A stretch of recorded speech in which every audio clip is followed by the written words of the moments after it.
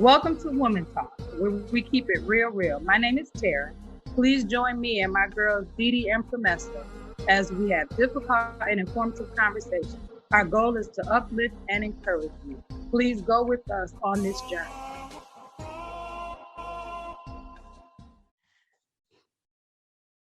Welcome to Woman Talk, where we keep it real.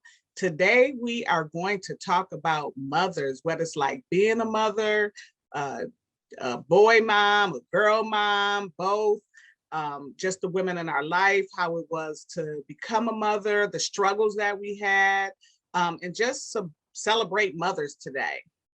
Okay, I'm going to say it like this. Both of us have boys and girls. Even though my daughter is a stepdaughter, she's still my daughter.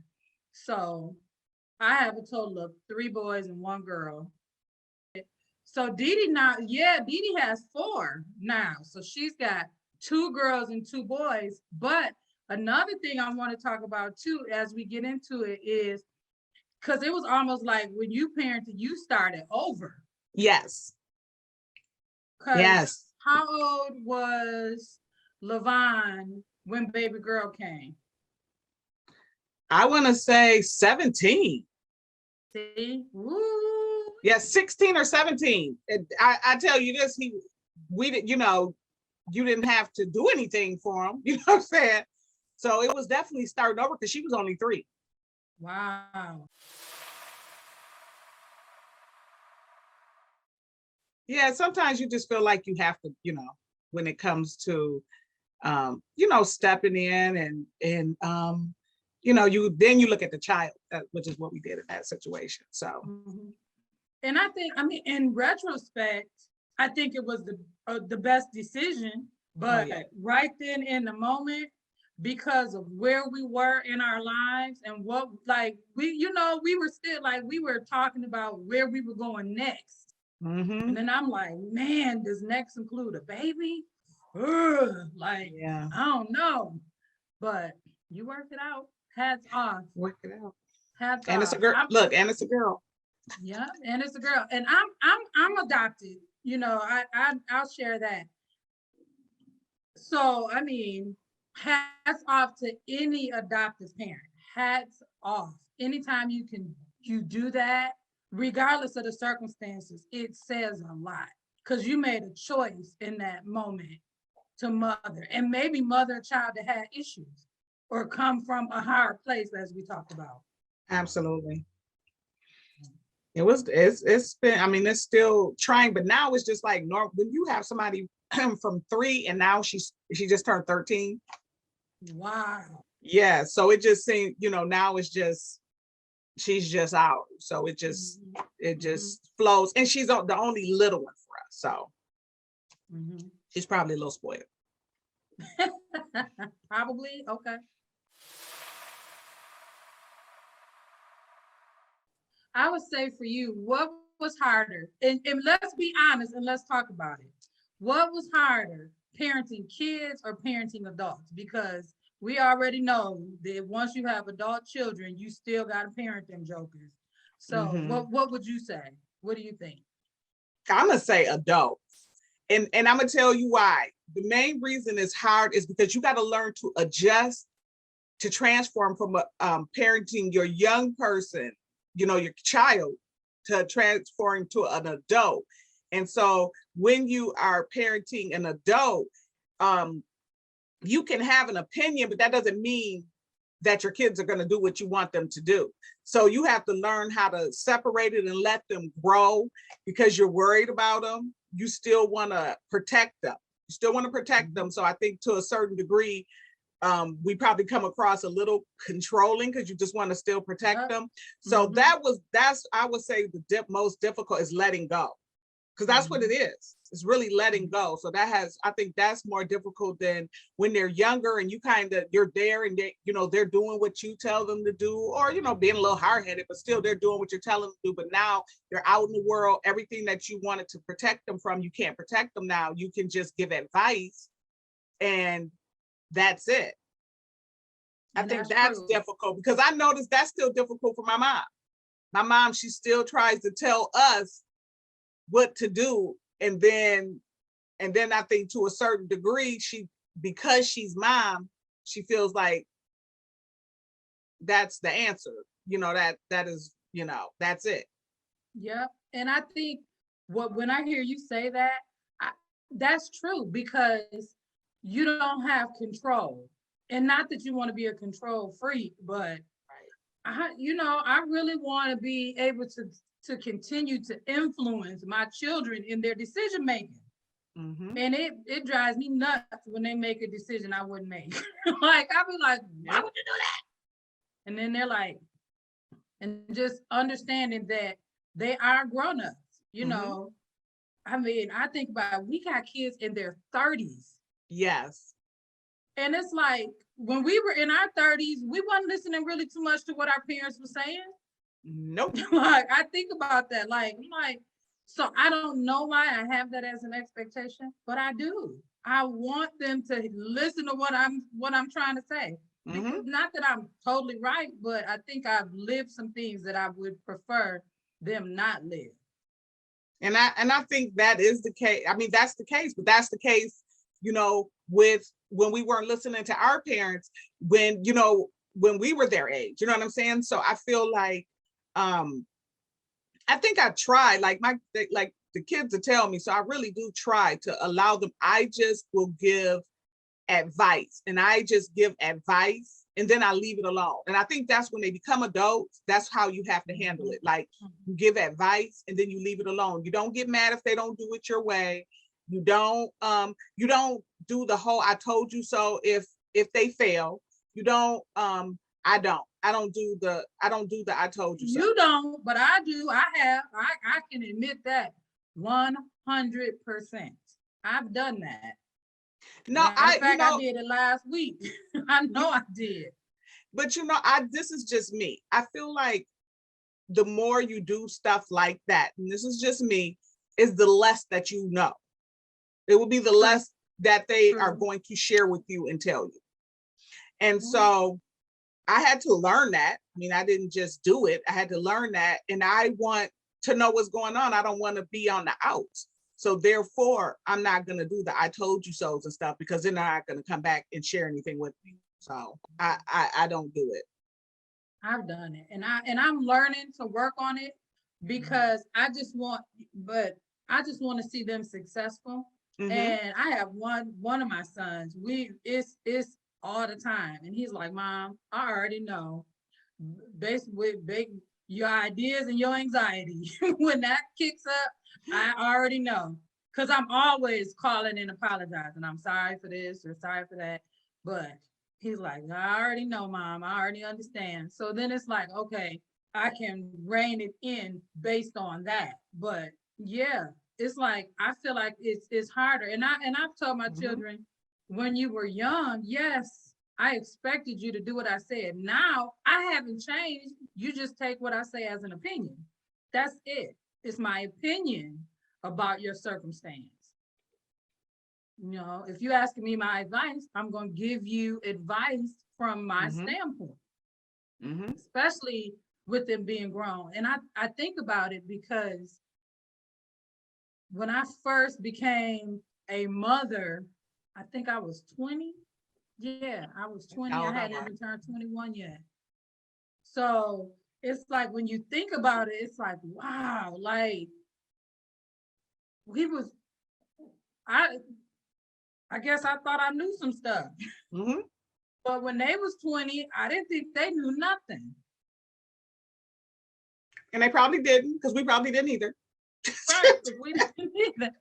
So it's like, I think for me, wanting to save them from things that I've gone through, decisions that like you don't gotta walk that path. I already did that. I know what's at the end of that. You ain't gotta do that. That kind of thinking. Yeah, and I mean that's how it was for me as well. Is that you don't want them to do that, but then you do. You have to. I just learned. My kids taught me. I had to learn how to take a step back and not try to control their situation, because I can't control their situation. It's hard. Oh, trust me, it's hard. And actually, me and one of my friends at work, we have this discussion all the time because she has stuff going on, and I said, listen, the more you push, the more you're not gonna know anything. So I was like, you gotta take a step back. And she said she always remembered me telling her that. And so she would just take a step back. They are going to make their decision. They're going to bump their head like we bumped our heads. You cannot stop anybody from bumping their head, because just because you told them that what happened to you, people don't think it's gonna happen to them.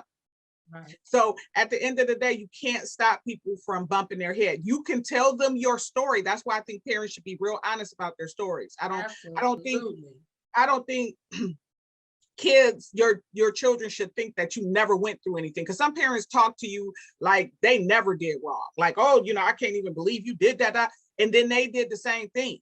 And so you have to be open, and we are very open with our grown adults now, but we have always been open with them just about things that we went through. And then, but if they wanted to rebump their heads, some of them rebumped their heads, some of them didn't. It's, but you just have to be there as a support system for them. Like a guidance counselor. They come to you and then you try to guide them to the next. Now, what I do is, sometimes if something happened and then we happen to be talking about it, like they open the door, then that's when I'll tell them, well, that's why I felt, this way. That's when I don't do that, I told you so, but that's when I say, well, that's why I gave you this advice or that advice. That sounds like I told you so. You can't use no. You just saying don't use the word. Don't use the word. But I do want to ask you this. What do you think is the difference between parenting a girl and then your sons? Ooh. So I'm gonna say it like this. Even though I didn't give birth to Aaliyah is me in her, and just how she moved. So it was different because she was smart enough to say, like, I'm not going, basically her stance was, I'm not going to argue. I already know what I'm going to do. And, she listened, she moved. She was always very self-motivated. Like I always talk about, she had a business when she was like 14. She had her little business that she started. And I don't even want to say little business because it was a big business for a high schooler. So right. She just, it was different. And even growing up, you see the differences. Boys have kind of, I want to say, I feel like this. You can work with one girl at a time. Give me 3 boys, we could do that. Do you see what I'm saying? Okay. You can't, like 3 girls at a time? No, that ain't that's not what's up. That's not what's up. And so it was very different because she had a very different mindset from a younger age. And girls, we already know science proves that girls are more mature than boys. And she was always more mature. But I think for me, what was scary to me is I didn't recognize the things she was doing and how she was moving as maturity. When in actuality, that's what it was. In hindsight, I can look back and say that. But during that time, I remember being very fearful and very anxious and not knowing what to do. So I either was like, we ain't doing none of that, or I'm just gonna be quiet because I don't know. And it was different. It was different. And the one thing I would say, me and her mom had a relationship, like the fact that we can communicate makes it very different, and it makes it easier to be able to have those conversations. And I'm say this, I don't care what nobody say, having 2 moms with a girl, that can be a good thing. It's needed. It really can be, because it can be different. It is different. It's very different. Like I said, boys, you can do them in a tribe. Girls, you need to do them one at a time. That's my thought. Everybody might not feel that way, but that's how I feel, because I wasn't a girl who had the right kind of mothering, if that makes sense. So Mm-hmm. I didn't know how to do that with a girl. I really didn't. And for some reason, the mothering of the boys came natural to me. Mm-hmm. It really did. So it's very different. It was very different. So They what move would you say? and they Like move when you say different. they moved different. That's the They only way just you they can say just it. they just move different.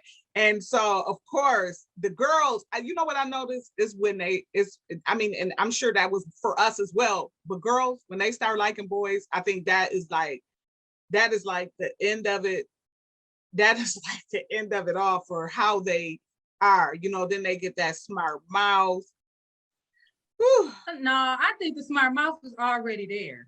Oh, it was.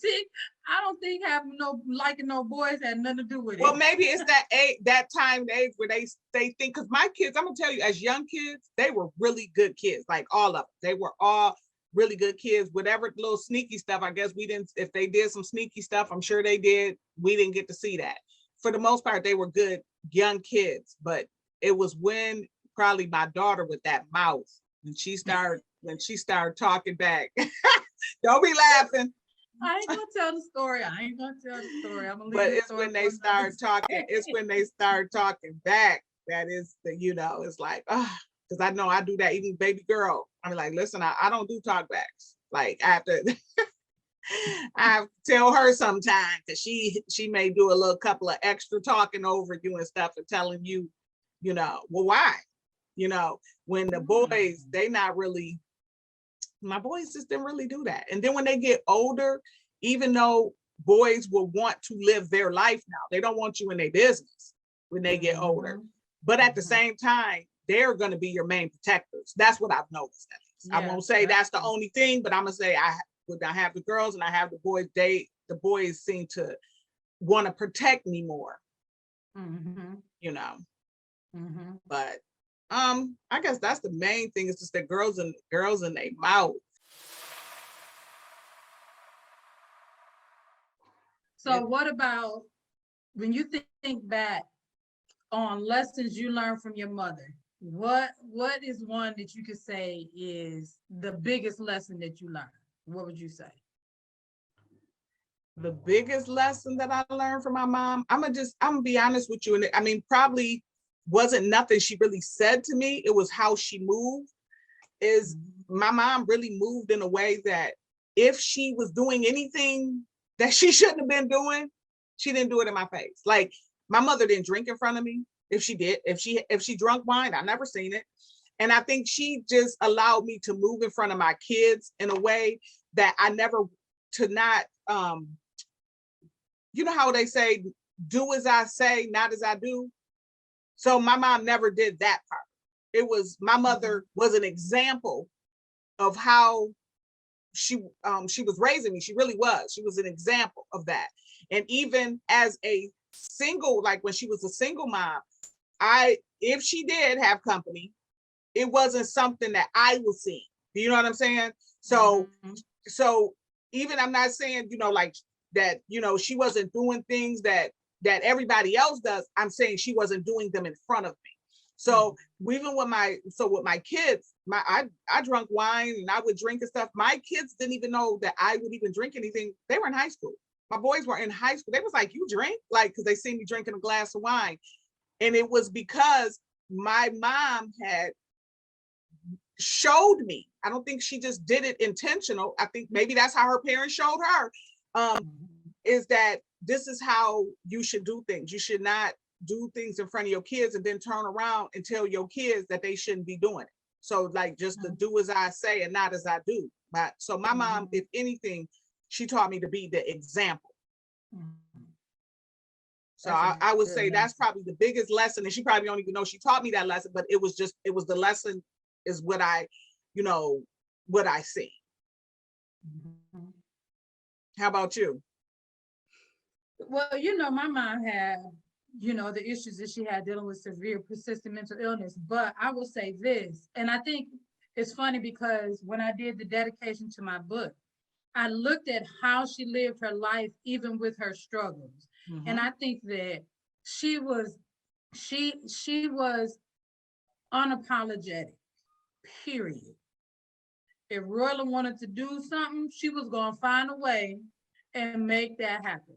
Sure was. So my mother has been around the world Wow. and she made it work. Mm-hmm. You know, I don't know what the conditions were like. They probably were not always favorable, but she was fearless in a way that I don't see with people. And Mm-hmm. the only people she ever worried about was her children.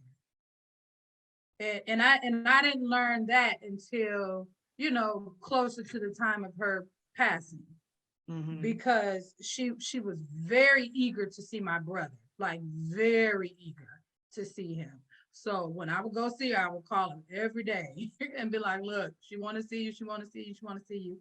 And I remember one time she kept asking me about him, and I said, Mom, well, Chris is fine. She was like, don't tell me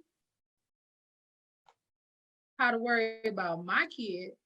I was Mm-hmm. like, okay, I'll make sure that he comes so you can see him and you'll know for yourself that he's Mm-hmm. fine. But it was that, just her unapologetic way of doing things. Right. And she had her own view. Like, I remember we talked about being baptized, and she was like, look, I was baptized Catholic. That's good enough for me. Like, it would just be how she was. Mm-hmm. If she wanted to do something, she'd do it. If she didn't, she wouldn't. Right. And she didn't make no excuses. Like I said, the way that she lived was in a very unapologetic way. It really was. And that, I've taken as much as I could from that. So, and it taught me, and it's like some of the concepts that I teach people, like putting yourself first, how important that is, and all of that Mm-hmm. kind of thing. Yeah, but that's good. Because even with her struggles, that don't mean that, that she didn't have, that she might have had some struggles, but she definitely had, her, the morals and the love. She still had the love. Mm-hmm. And she had experiences, you Yes. know. And I'm telling you, it's her thing. My mom was who she was. She was who she was.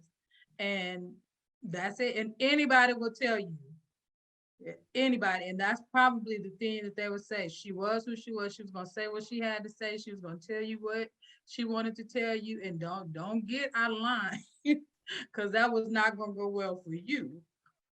But first, she was gonna be good, but you were gonna figure out a different way to move around her.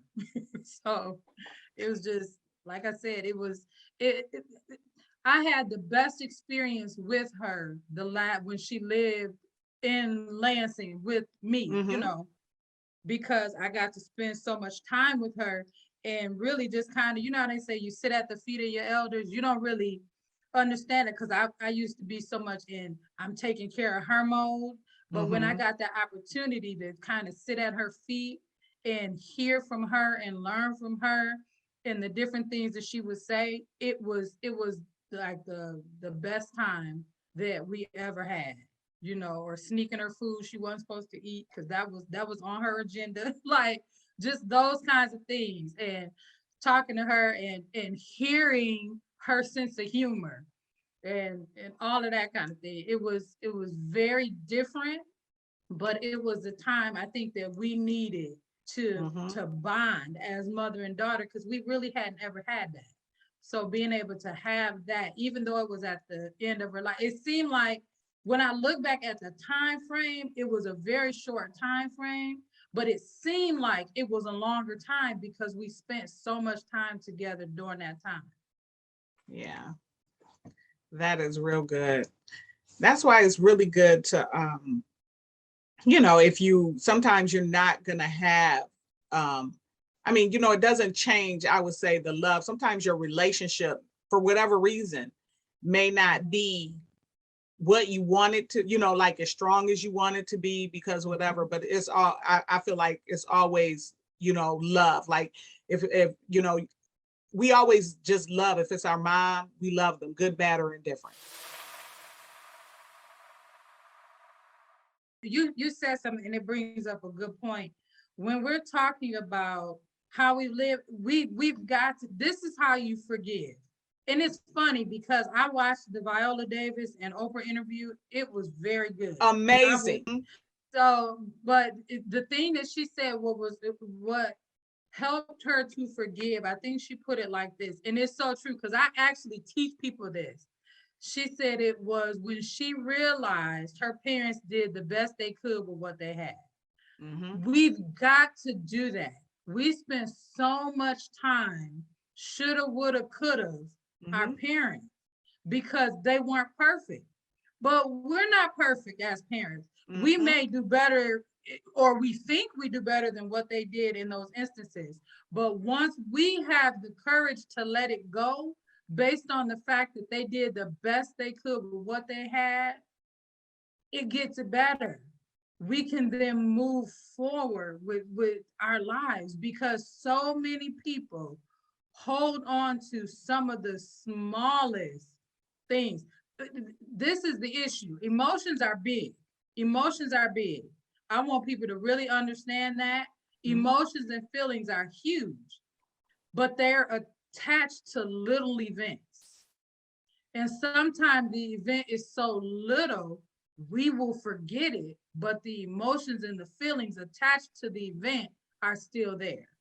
And we've got to be able to marry the two and keep them married. So it's almost like if somebody look at you sideways, you might feel a way.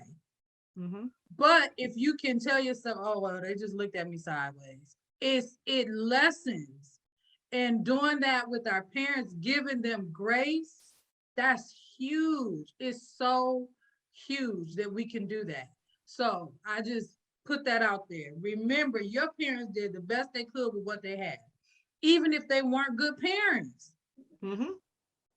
Even if they weren't good parents, they did the best they could with what they had. We got to get rid of all the, and sometimes we still hold these expectations of people that they're going to be something that they're not capable of being. Mm-hmm. So if we can let go of some of that stuff, we're better. And believe it or not, we become better mothers because then we give our own selves grace. I always say when you can't give yourself a break, don't nobody else stand a chance. Yeah. Period. And I always say, if you brought up the good point too, is that you're gonna need to give somebody else the grace, because guess what? Somebody gonna have to give it to you. Because like you said, none of us are perfect parents. And I always tell people this: one day your kids is gonna throw back up in your face, as good as a parent that you thought you was. Your kids is gonna throw back up in your face some decisions you made that wasn't good for them. Exactly. And then that's when you have to deal with that. And you're like, wow. You allow your adult children to be adult children. Allow them to make mistakes. You made mistakes. Allow them to make mistakes. Yes, some I ain't mistakes make no mistakes. I'm just joking. some mistakes you can't come back from, and that's true. But you have to allow them. All you can do is talk to them. Is like a guidance counselor. All you can do is guide them and talk to them and tell them. And if they do the total opposite, so did you. I think that is the biggest thing. But I do feel we have to allow for that, because I know my son, my baby boy, he will call me, and he'll call me to talk about if something went wrong in a relationship. He'll call me if something went wrong at a job. And then sometimes it's just for me to listen. It's not every time he called me, it's not for me to respond. Then there's times when he calls me that I see how he could have did something different. And then I make those response. I respond to him and say, well, this is probably what you could have did differently or whatever. It's just sometimes we do have to make sure that we're stopping and listening. Everything does not need a response every time. And I think for me, that my kids know by now, though, most of the time my response is going to be out of the anxiety that I feel for their situation. Because as soon as they say, you don't understand, then I have to stop and take note. Is it, what is it that I'm trying to do? Am I trying to steer them towards Like I have one, my baby boy is 100% an entrepreneur. He don't like no job. He don't. So he can be there a certain amount of time, but he learned entrepreneurship being in my house. Mhm. So I can't be mad when he wants to exercise it. So Mhm. I'm thinking, oh, like, so in my head, when he's talking to me about his job, I'm battling, okay, is he making sure he gonna have money to do this? Is he making sure he gonna have money to do that? So then my thing is, before you make any rash decision, you gotta wait. But do you see what I'm saying? I made a rash decision to become an entrepreneur. Mhm. I jumped out there. I had You been sure on did. a job that would have afforded me the best kind of retirement ever. But as soon as I was able, I was like, yeah, later for this, You and sure did. jumped out and started, yet another business out of the several that I had started before. So it's like when I see the parts of me in them, I've got to like take a deep breath, take a step back, listen, you Mhm. know, and like, okay, I get it. And then I started to tell myself, trust them and then trust the process. Mhm. So he called me. I was like, nope, I trust you. I trust you. I know whatever decision that you make, you're making the right decision based on what this phase in your life, and Mhm. being able to do that as a mother and keep, keep, keep, keep note of what's on the inside of me that's affecting the way that I'm advising. And then Because and then you once, gotta you gotta oh, go remember ahead. what I just told you too. You showed him that. I did Yeah, you 100%, show him that. So there you go with that. 100%. Mm-hmm. Do as I say and not as I do. So he following what he Uh-huh. sees. That's why you have to be careful what you showing your kids because Mhm, they will follow in those footsteps. They will mhm. follow. You And don't even know they're paying attention, but they looking.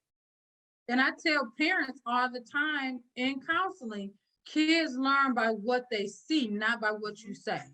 And Mhm. it's the whole thing. And then that's not always negative. It wasn't negative that I jumped out and started a business. Mm-mm. What I showed them is that that's something that could be done. So Yes. it's like, yeah, I'm gonna jump out there. I want to do that same thing. And all of my children have these entrepreneurial parts of them, and I love it. I love it. It's just scary because I want them to be stable.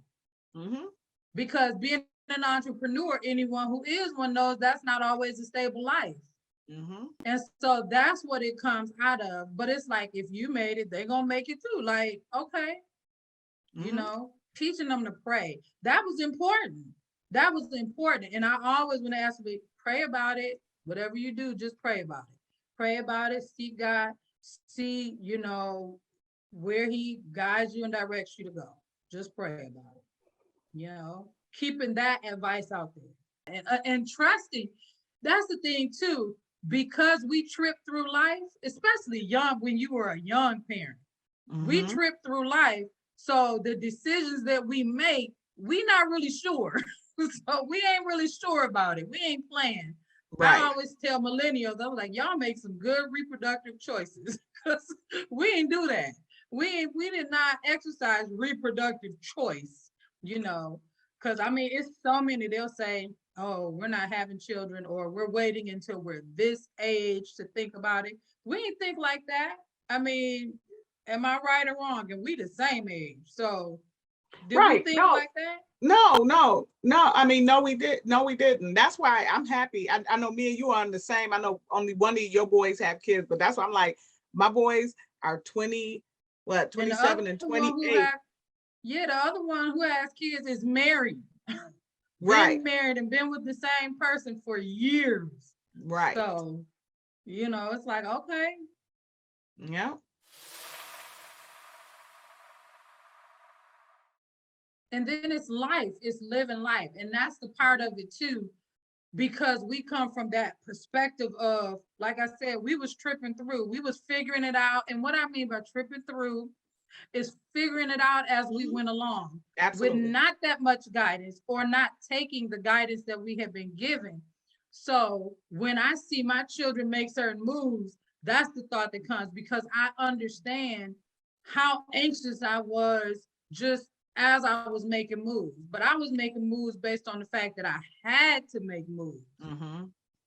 They don't have to make moves. That's how I look at it. Like, y'all can Right. sit still. But if they choose to make moves, it's okay.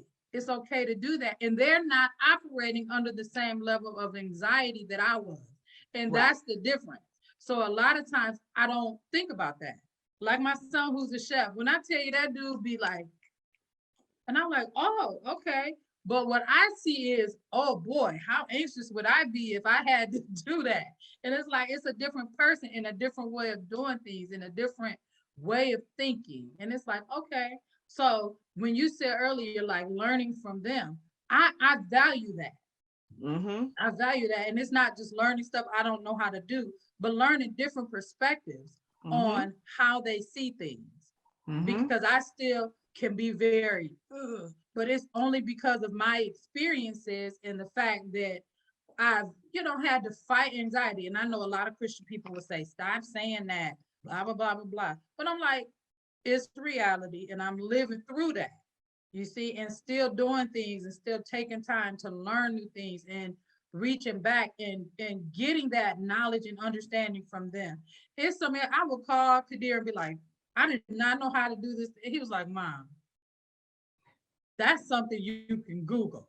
And I'll be like, oh, I didn't even think that I should Google that. Just anything, any little thing like that. And being able to think about legacy. Does that make sense? Mm-hmm. Because if your past is bad, you're not like, you don't really, that's not on your radar. What's on your radar if you come from a hard place is survival and Right. not so much living. So like flipping that switch, because what we're starting to see children do, those of us who kids in the 20s and 30s, they're flipping the switch and they're learning to start the living process. Right. And that's a big difference too. Going from that surviving to living and then continuing to go forward in that and watching them. Then now you're not surviving into living, you living and then you thriving. And that's where like this millennial generation and the generation, all my kids are millennials, I think. So the Mm-hmm. generation right under them, I don't know them that well, but that generation Did you see me? right under them, they're they're pushing forward and they're thriving. Do you think you're a better grandmother than you were mother?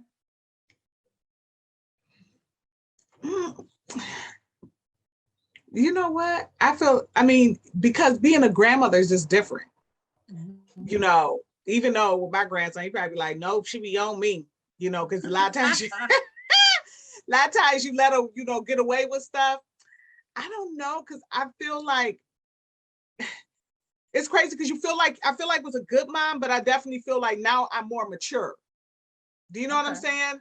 So Mhm. um I felt like I was a good mom for what I was dealing with then, but now I feel like I'm coming at a different, more mature level, and you're able to kind of get a better idea of what kids need these days. So for him, he gets the more mature us, Mhm. and but it's hard for me to say that, but I mean, I think that I'm a good grandmother. We're good grandparents because matter of fact, he's here now. Look, he's here now. But that's a hard one. I really don't know how to answer that because I feel like in my own way, I was a good parent in the sense that, I tried to instill things in them and tell them I was there for them. I wasn't out partying and stuff like that. I made sure that even though I had my first one at 20, I parented all my kids. I didn't just have anybody else, raising them, anybody else doing that. I definitely sacrificed, like I should have, my 20s because I had children, Don't or say and sacrificed, well, I don't live want different. I live different. And what I want to say, when I say sacrifice, I mean, I put them first. which I feel Okay. like I should have done. That's not that, it was anything bad, but I put them first. I made a decision to have kids, and then I made sure I raised my children. Mhm. I guess that's how I want to put it. Nothing bad. I enjoyed them. Definitely still enjoy them. When we get together, we don't do nothing but laugh because all of us are, silly. So we don't do anything but laugh. But um, Mhm. and then with our grandson, you just end up having a little bit more fun. With your grandkids, it's just a little bit more. It's just more fun than it was back then. I guess I don't know. I So. think so because when I'm telling you, for me, I can speak for me. The anxiety that came with parenting was very different because I knew what I went through as a kid, and I wanted Mm-hmm. to keep my children from going through that. Mm-hmm. So that was different. But it's like now, like my grandkids, it's almost like, oh, you want Nani to sit on the floor with you? Okay. You want me to watch? I don't know. These boy, they watch some stuff. I don't know. Yeah, you got to Little watch people what they singing, watch. You got to watch the watch. little people singing and all kind of stuff that Mm-hmm. they're watching. It's just it's different, like you said, because I had said before, I'm a much better grandmother than I was a mother, but I think it's what you said. It's just very different. Mm-hmm. Grandparenting is very different. And we're grandparenting at younger ages, Mm-hmm. I think. Yes. So that's because we were mothers at much younger ages. Even Yes. though old time, I think it kind of switched. People got a little bit older. Then and when we came along, we got younger again, having children. So it's like, yeah, I think it's different. And we're still living. We're not retired, so we're still living and experiencing life kind of like not like our children are, but we're still out there and we're still doing Mm-hmm. things. And so our grandchildren get to see that. Yes. They get to see that, and they just get a different us. They Exactly. definitely get a different us. I would say that. Exactly. It's so funny. I think about it because my grandchildren have learned to FaceTime. So my granddaughter FaceTime my husband, and she was like, "Where's Nani?" And he said, "She's working." Well, then she FaceTimed me, and she kept FaceTiming me while I was working. So I had to tell the person I was talking to hold on. Then I answered, and she was like, "Nani, Papa said you working." I said, I am working. But she had to see for herself that Oh I was Lord. working. So it's just like that kind of thing, being able to experience that. We not the sit on the porch grandparents. We not them. Mm-mm. We're not the Mm-mm. ones, the after school. Like it's a whole different generation and time. It is.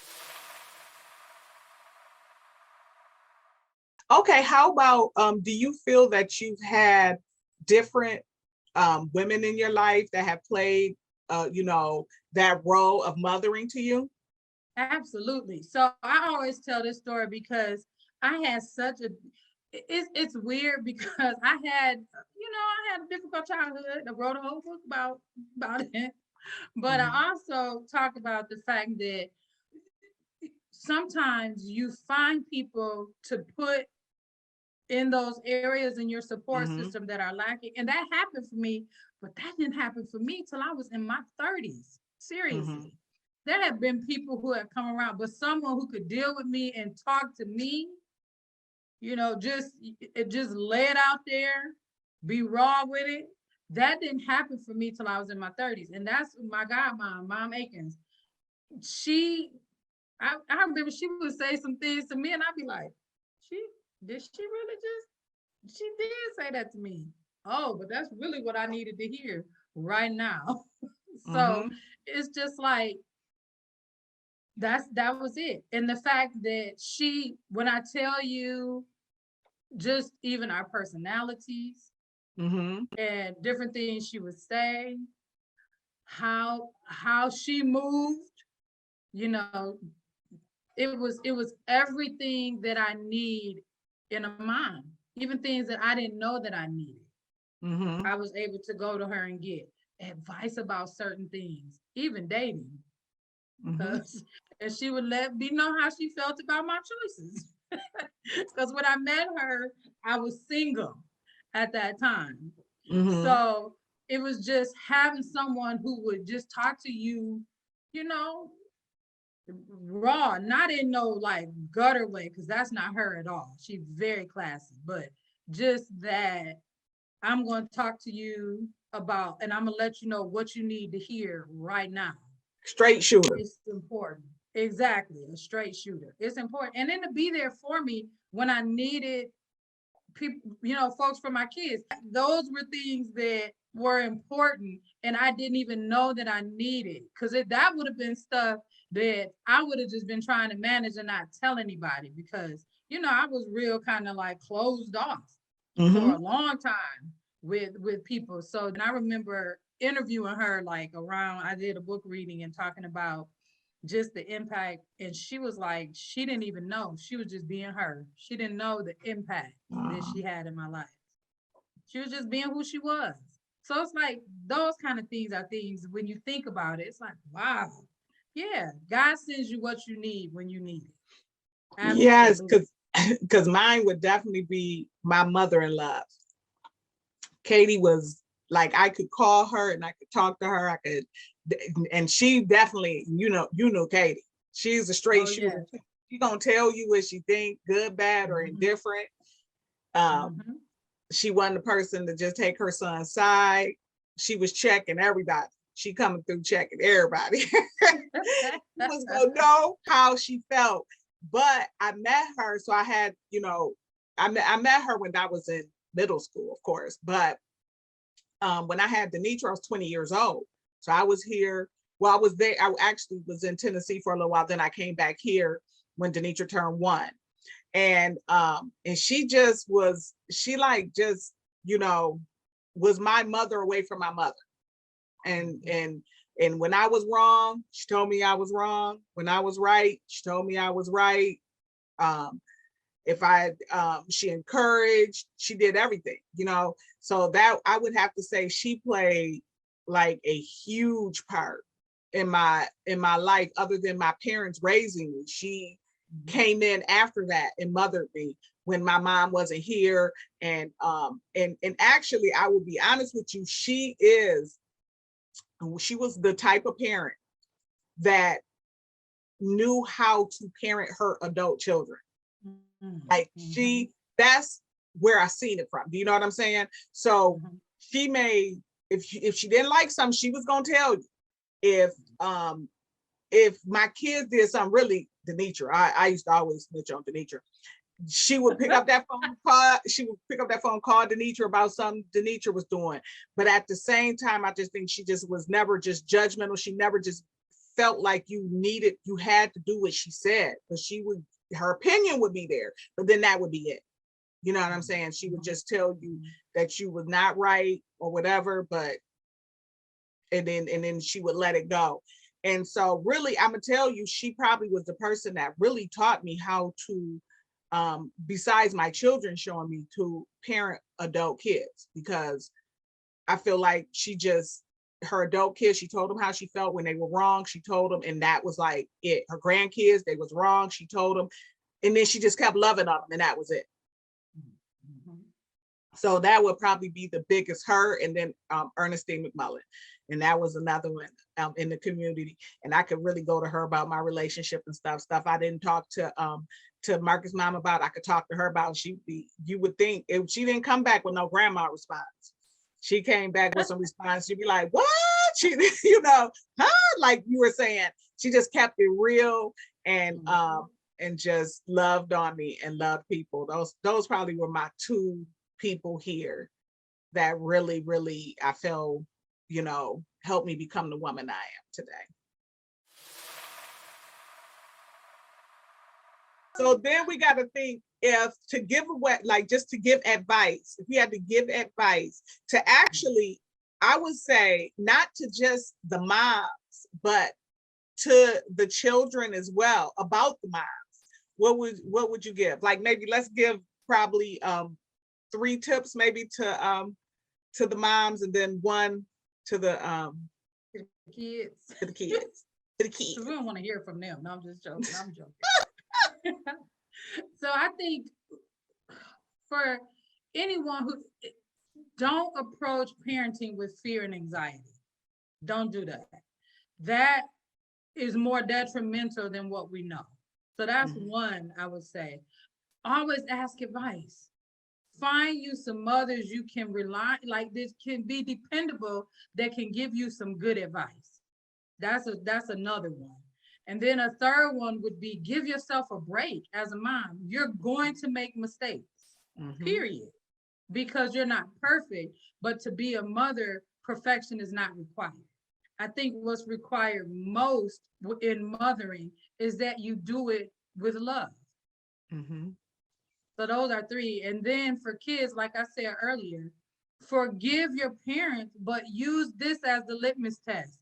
Understand they did the best they could with what they had. And when you can do that, your life gets better and you become a better parent, whether you're a male or a female, so a mother or a father. Understand that and interject forgiveness into your interactions with your parents. Wow, yeah, that's a good one. Probably both gonna have that one. And so mine would be for the mothers. One, I think for when you have adult children, is to just you kind of have to respect those boundaries. You know, it's okay to give advice. It's okay to give your opinion, you know, on certain things. However, you have to allow them to bump their heads just like you bumped your head, you know, and you just have to allow for that. You can just speak your opinion and then keep it moving, to allow that door to be open for your child to feel like they can come back and even talk to you. And then my other one is for moms, like Tara said, is just have a support group. Maybe talk to other people. Um, don't just close the door. Maybe if you see someone that you admire, that's a parent that you're like, okay, you know what, maybe seek advice from them. And then the other one, and I think I hear this sometimes from people, is to make sure that you don't allow, if you feel like you receive bad parenting, and then you have to do the forgiveness of the person that gave it to you, because when you're complaining about it, but then you're giving that same poor parenting, then you're at a disadvantage for your child. So I would just say for you to give forgiveness as well. And for the child, I think I just have to go with Tara and just say, if your parents did not give you the best parenting, or you feel like they made mistakes, which we all will, you'll make mistakes as well. If you haven't became a parent, or if you are a parent, you'll make some of maybe the same mistakes. However, to just be forgiving and to forgive and to remember. My thing is that you only get, I mean, you might get more moms, but when you're one mom, you have to be with all moms, any of them, but just to be, make sure that you try to be respectful, and that you are not, speaking to them in a way, because that one day that one day they're not gonna be here anymore. And that one day you're gonna wish that you could just hear their voice, whether it was the good or the bad. So I just say, just remember that. And sometimes you just have to tone it out. If you already know what you're gonna do anyway, and you're an adult, you just tone it on out, but be respectful. So that would be my thing. I was going to say this. And for parents, just because your child says something you don't like doesn't mean it's disrespectful. We've got to learn, not everything is not disrespectful just because we don't like it. I think, and I kind of feel like a lot of times that is the problem, is that as soon as it's something somebody don't want to hear, it's like, it's disrespectful. But it's not. Sometimes when they're adult children, also they're adult children, so they're giving you their response, And so, and I guess, what, one thing I should have said is, for advice, is to make sure that you listen to your children. Listen to your children, listen to what they have to say, hear them. Just hear them, hear their voice, hear what they're going through. And then, of course, we want to thank you for joining the Woman Talk podcast today with myself and Tara. And we've enjoyed you. If you have any questions, make sure that you drop them down on the comment line, and we will respond. We'll respond.